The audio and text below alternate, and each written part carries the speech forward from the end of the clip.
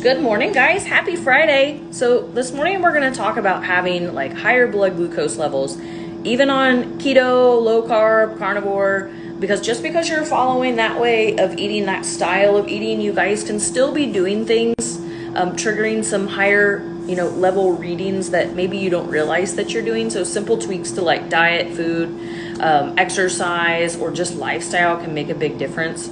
So some of the big things throughout my journey, and from client experiences that I didn't realize that I was doing were things like working out too much. Because remember, like too much is not always a good thing. Fasting too much, not getting enough quality sleep, over caffeinating was a big thing. Or maybe my meals were too large. Maybe I was trying to force like OMAD, and which is 1 meal a day, and spiking my insulin levels really high.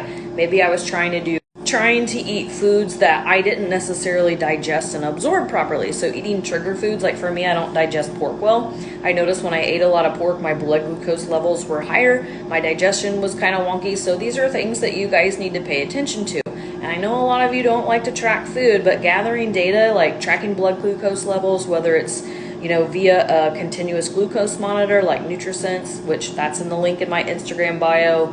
You guys can have a discount code there. I used it for a while, gained a ton of information. Keto Mojo, like there's a ton of different cheap devices out there that you guys can use to gain and track data. Track your food, that'll help you figure out how many calories you're eating and kind of where your macro ratios are. So as far as like low carb and macros, like maybe you're consuming too much protein. Oftentimes this can raise your glucose levels. Maybe you need to add more fat in your diet. There's a lot of people experimenting with that right now.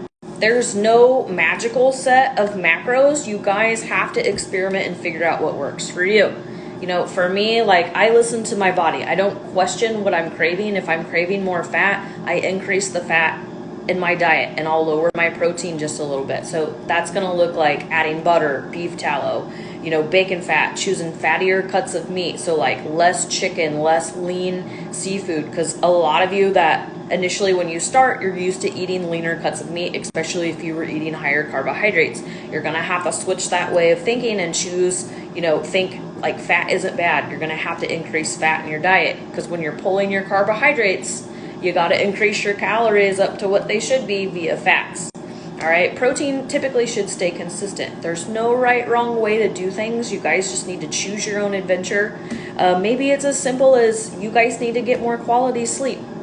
Experiment, experiment, experiment. As far as like meal timing goes, maybe you're one who's fasting too much. Maybe you need to increase to smaller, more frequent meals throughout the day to balance blood sugar. Maybe the opposite end of the spectrum, if you've been consuming carbohydrates for a long period of time, maybe you're one that's due for a low carb reset. And again, macro amounts and ratios are going to be different for everyone. Work with a coach or practitioner if you don't, not sure what to do. And try a low carb reset for 2 weeks or 30 days and see how you do to kind of try to reset that.